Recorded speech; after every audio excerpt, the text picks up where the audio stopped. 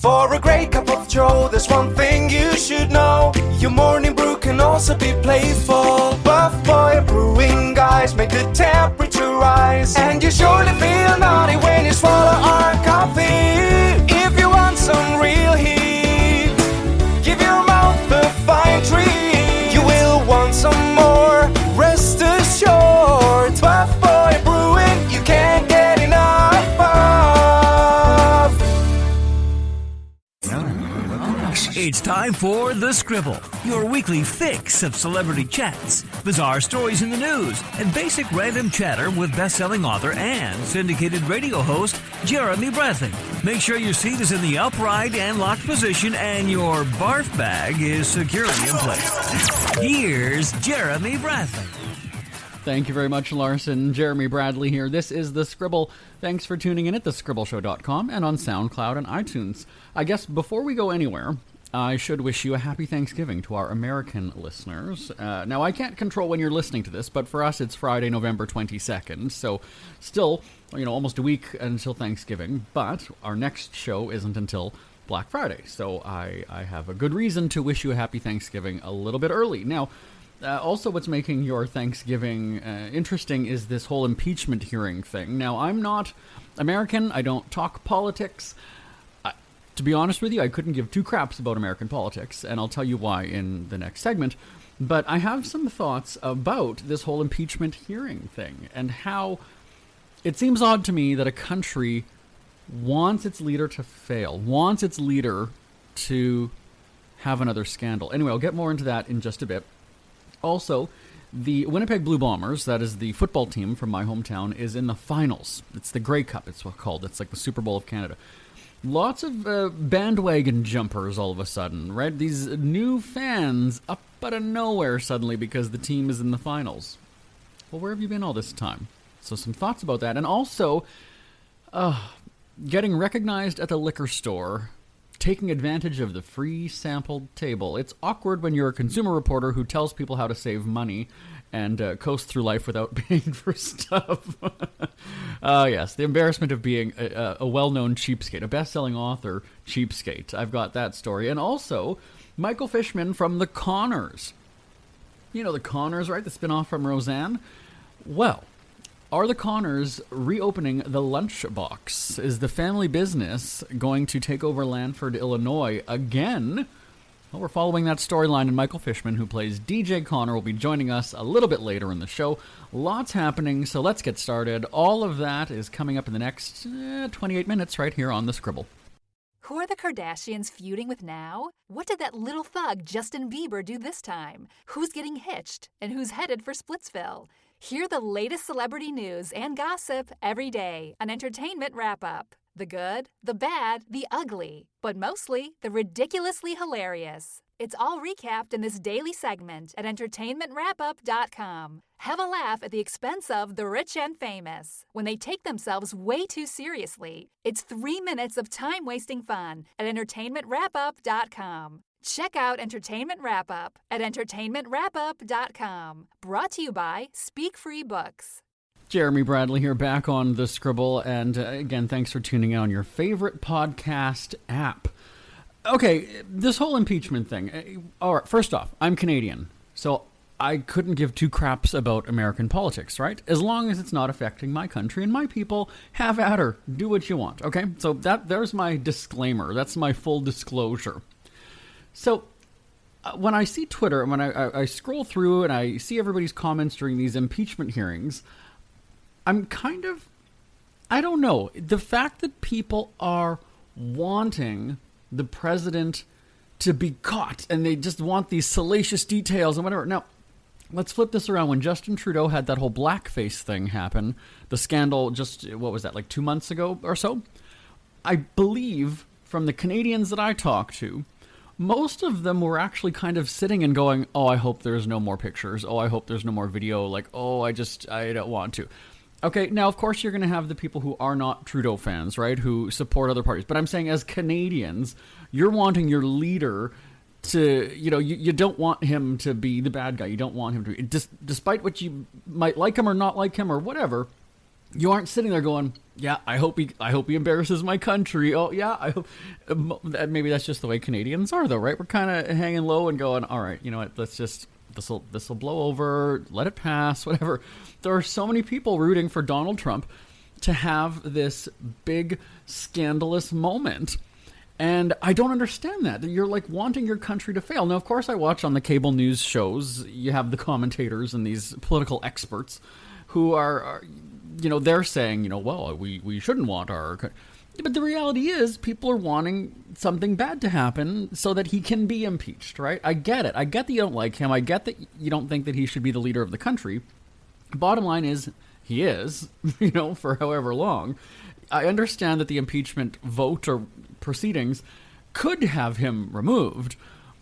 But in the meantime, everybody is sitting on the edge of their seats hoping for more trouble and more bad stuff. And I'm sorry, just as a Canadian, that just seems odd to me. Again, I have no interest in American politics. I don't need to understand what left and right means, and center and moderate, and I don't even know what those mean. So no, I'm not a bitter Hillary supporter. I remember when I talked about the election or the inauguration or whatever it was, and then I tweeted some jokes because, I do sarcasm, that's sort of my thing. And people were ripping me apart as being a bitter Hillary supporter and whatever. And I'm sitting there going, I didn't vote in that. All right. Okay. So anyway, it's just interesting that, and then now let me be fair though. Because our radio shows are on American stations, so I do hear a lot from Americans. There is a large segment of the population that can't stand what's happening and doesn't want to see the impeachment hearings all day on TV or read about it on the internet or see the tweets about it. So there is that side as well. Of course, you can't paint a brush and say that all of a group is, doing something or feeling a certain way. I understand that. Just like when you hear, Republicans don't want this. That's a fairly large claim to assume that every single person. That's no different than saying, women are all about the Me Too movement. Not necessarily. I do know some who are saying, like, okay, enough is enough. I'm sick about this whole I am woman, hear me roar thing. And just like gay folks, I don't appreciate, certain things about the gay culture, but I certainly, I don't know. So it's dangerous to loop an entire group all together or lump them all together. So anyway, would love to know your thoughts on this whole impeachment thing. Send me an email, live@jbonair.com, live@jbonair.com. I'm going to talk about jumping on the bandwagon, jumping on the sports bandwagon when we come back. Isn't it crazy that you wait for payday, but before you know it, you're strapped for cash again? It's time to stop blowing your money and become a smart spender with the book, The Official Guide to Being an American Cheapskate at cheapskatebook.com. Learn simple ways to cut costs at home every day and during special times of the year. Don't go broke at Christmas. Don't remortgage the house for a fancy vacation. The book is filled with tips to save you money throughout the year. Check out the best-selling book, The Official Guide to Being an American Cheapskate at cheapskatebook.com or on Amazon and iTunes. We are back here on the Scribble. Okay, so this weekend, and again, depending on when you're listening to this, the Canadian Grey Cup, which is sort of like the Super Bowl of Canada, is happening on Sunday. Well, one of the teams is from my hometown of Winnipeg, Manitoba. The Blue Bombers, the Winnipeg Blue Bombers is what the team is called. And I guess last weekend there was a huge game, obviously, that put them into the final game. And they have not won the Grey Cup or been part of the Grey Cup final. See, this is how tuned out of sports I am. But this is a big deal that they're in the final. Let's put it like that. And it's interesting when people who have not watched, don't watch the entire season, are suddenly on the bandwagon. And when I was out shopping Wednesday or Thursday morning, afternoon, it's interesting to see how many stores are capitalizing on that. I get it. You're going to have Bomber t-shirts and swag and all this other stuff front and center. And so it's great. I realize there are fans all year round or all season long. I get it. But then I've got people who I know, and is it like me to call out folks? Yeah, it is. My dad, who probably couldn't even name two people on the team. Maybe he could because he was apparently really, really big into the game last weekend. But if I were to ask him 2 weeks ago, can you name some people on the team, he would not have been able to. But he's jumped on the bandwagon because it's his city and it's his team. He's now saying, our defense. We just need to do this. And I get that people do that when they're talking about sports, right? You talk about your team as our team, my team. Oh, yeah, what we needed to do. Oh, well, we should have done. Oh, yeah, our defense was... Okay, those are the loyal, diehard fans. But then you've got these armchair bandwagon jumpers who suddenly are now fans of the team. Now, I guarantee you, here's the thing. Somebody like my dad... Oh my God, I'm moving my hands like Donald Trump. I was just talking about it in the last segment, and now I'm going on about it. So I can guarantee you that my dad will be all into the game, and he'll probably be screaming at the TV and cheering and clapping and stomping his feet. I almost kind of want to go over to my parents' place to watch it with them. Well, who knows? Maybe they're even going out to watch it somewhere. But I can almost guarantee you that frenzy will fade, and that this is not going to make him support the team in the long run. Like, I don't see him now all of a sudden after this talking about it for weeks, wearing the shirt with pride, months later, and then counting down the days until the next season starts. I just don't see that. So what do you think about this? Now, I'm not poo-pooing supporting your local team. I'm not saying that. But to now, out of nowhere, appear like you're this big fan and that, you've been following them for the past 20 years. What do you think?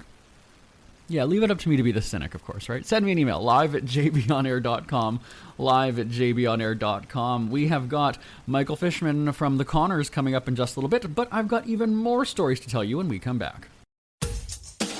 Ever had something to get off your chest but never had the balls to say it? That's a load of crap. Speak Free with JB.com is exactly what you've been waiting for. Your chance to tell it like it is and not care what anybody else thinks. Have your say on issues of the day.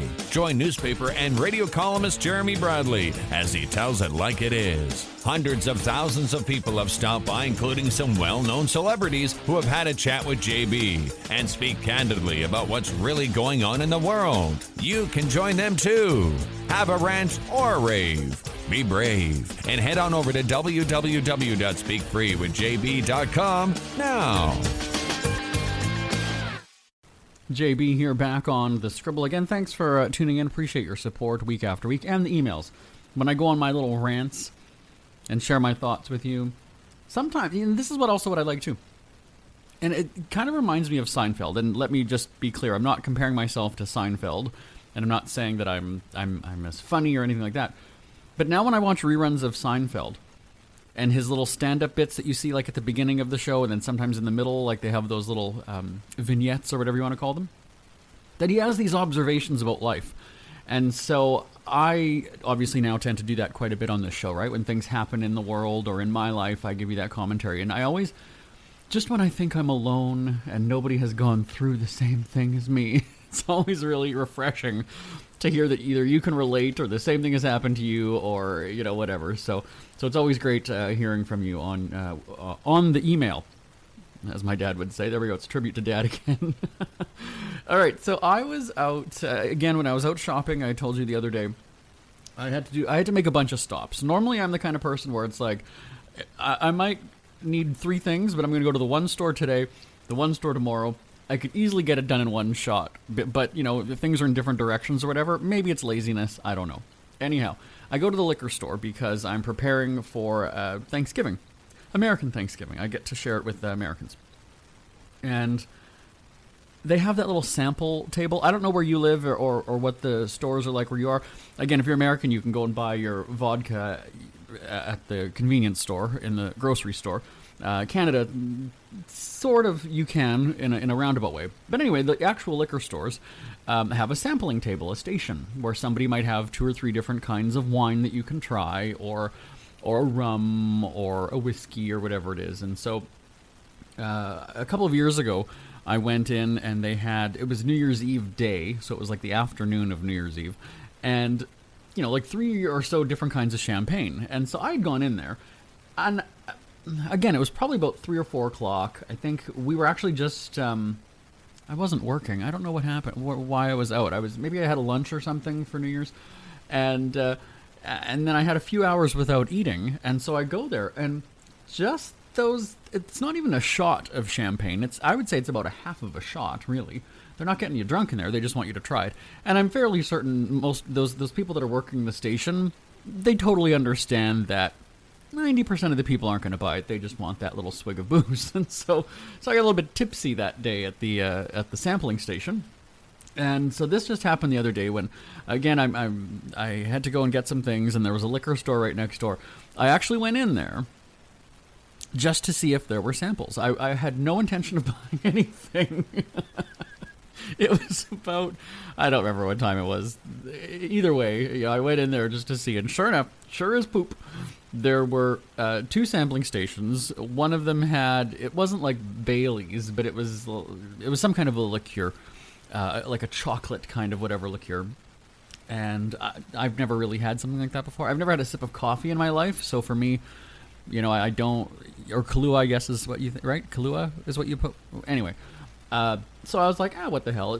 It wasn't samples that they didn't have little cups of coffee and then you were pouring it in it. You were just doing this shot on its own. And it was surprisingly good. And then they had a whiskey table and, these 2 little, like, thimbles of whiskey shots that you could do. And then there was one that had 4 different kinds of wine. And they have little crackers there, too. So after you have your swig, you can cleanse the palate, I believe it was the terminology. And it's happened before, because I'm in the newspaper, I was in the newspaper in my city, as Winnipeg Cheapskate. And I wrote a book, as many of you know, called The Official Guide to Being a Winnipeg Cheapskate. Well, on more than one occasion, the person has recognized me because I'm in the newspaper. I've done the media blitz, on Black Friday. I'm on TV and I'm on the radio, telling people about ways to save money and things like that. And so it is so embarrassing when after you've gone and ransacked, sampled everything, that the person goes, "You're Winnipeg Cheapskate, aren't you?"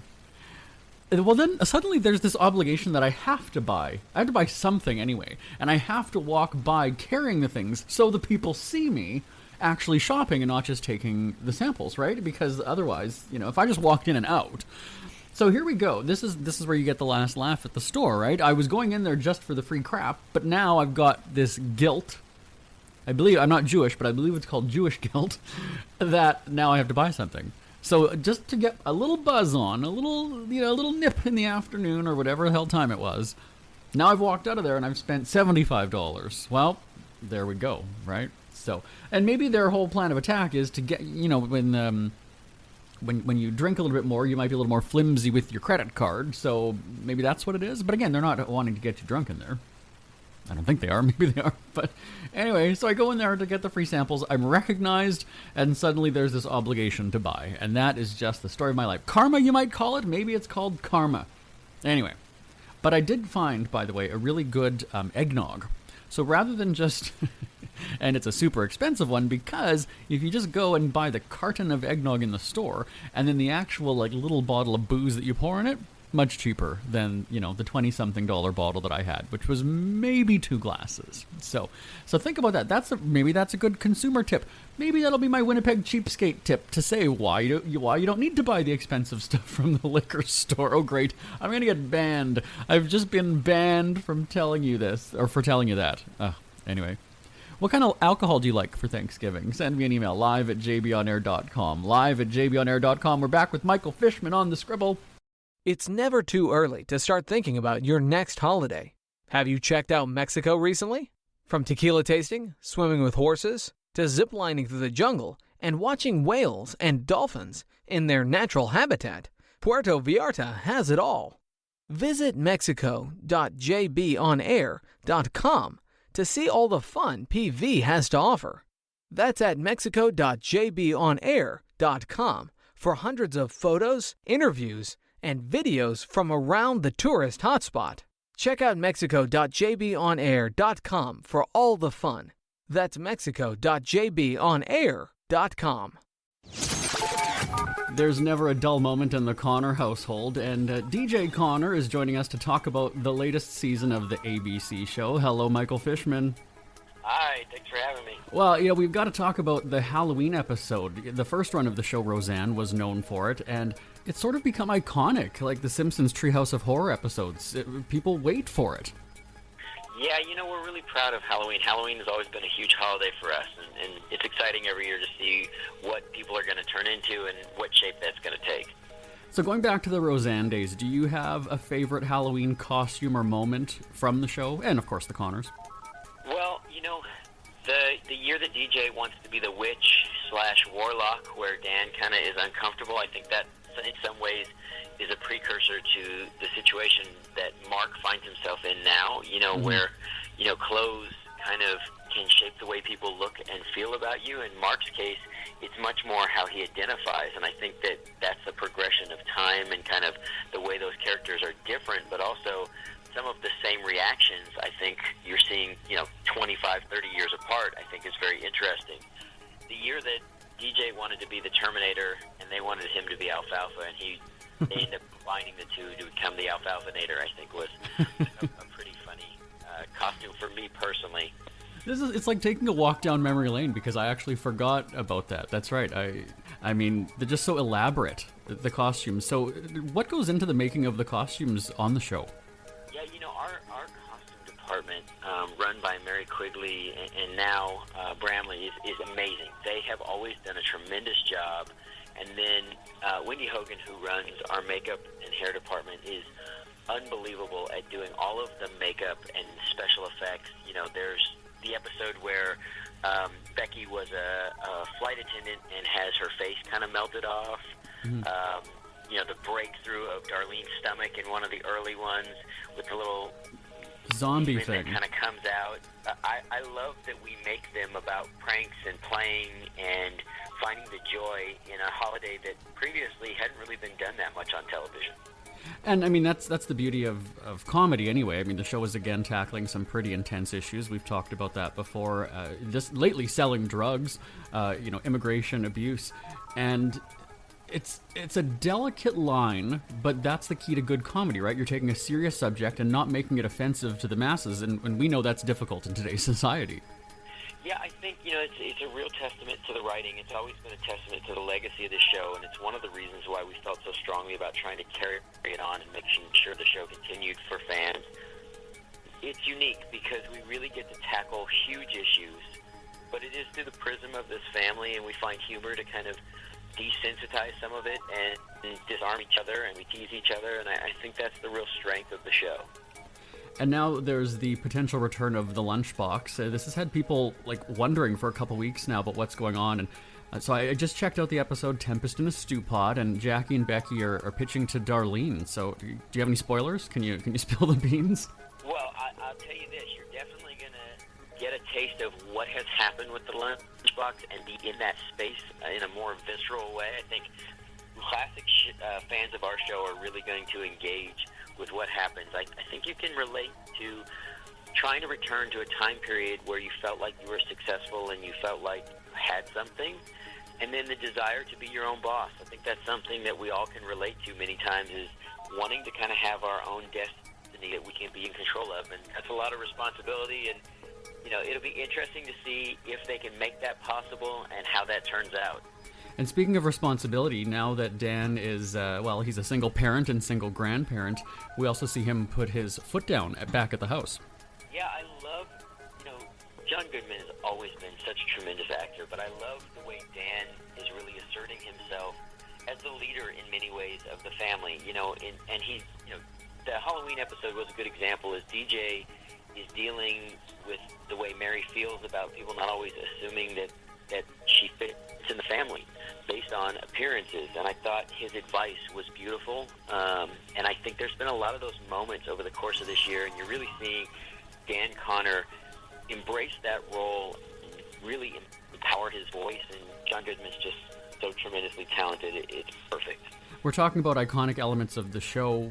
Whatever happened with the rooster shirt? Well, the chicken shirt is still around. We have used it. We used it when we first came back, and there's been bits and references to it. I think our current costume department hasn't wanted to flood us with that, but I would say if the lunchbox is going to be around and we're dealing with that time period, I'm going to guess that sooner or later that chicken shirt will show up. Something to watch for. It kind of turned into one of those like Where's Waldo things, right? When is it going to appear? Where is it going to appear? And people wait for that as well. Yeah, we've all worn it at some point, so we'll see what comes next. Yeah, okay, so outside of this upcoming episode, what else is happening with the Connors? Well, I think what you're going to see is the continuation when it comes to Emma playing Harris. Harris has this kind of line, as you mentioned, where her behavior's not okay. She's not necessarily doing things destructive in her life yet, but the behavior is certainly destructive and could be life-altering, and I think that's a big issue.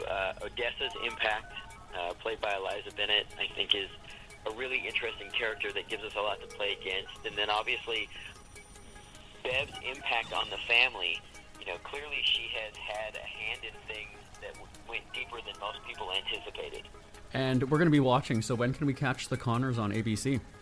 Well, every Tuesday night, 8 o'clock, 7 Central, and we love when people come in and check us out. We hope that we give you a reason to laugh and a reason to connect with family. You absolutely do. Michael Fishman, great chatting with you again. Thanks for joining us. Absolutely. Thanks, Jeremy.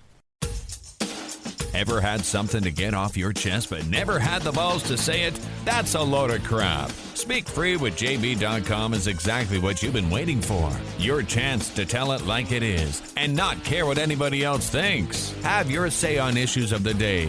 Join newspaper and radio columnist Jeremy Bradley as he tells it like it is. Hundreds of thousands of people have stopped by, including some well-known celebrities who have had a chat with JB and speak candidly about what's really going on in the world. You can join them too. Have a rant or a rave. Be brave and head on over to www.speakfreewithjb.com now. JB here, back on the Scribble. I should also point out that Black Friday is right around the corner. And again, depending on when you're listening to this, you might be able to take advantage of a really good sale. We have a company called Happy Bulge Swim Company that we debuted earlier this year at Phoenix Pride. I guess it was in April. And since then, we've gone to several of them throughout the year in Canada and the United States. And it's a line of men's swimwear and unisex t-shirts, but there's some really fun gay pride shirts and accessories and underwear for men.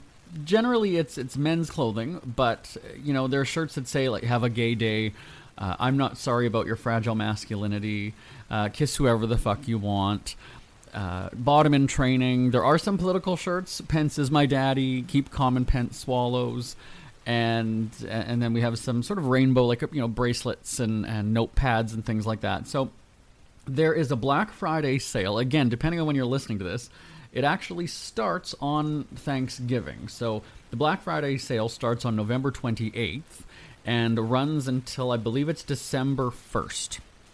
So if you're listening to this and it's in that window, go to happybulge.com and you'll see a whole bunch of really, really good prices, really good deals on swimwear, underwear, t-shirts, Pride accessories, a whole bunch of fun stuff. It's not a huge store. We're not Amazon.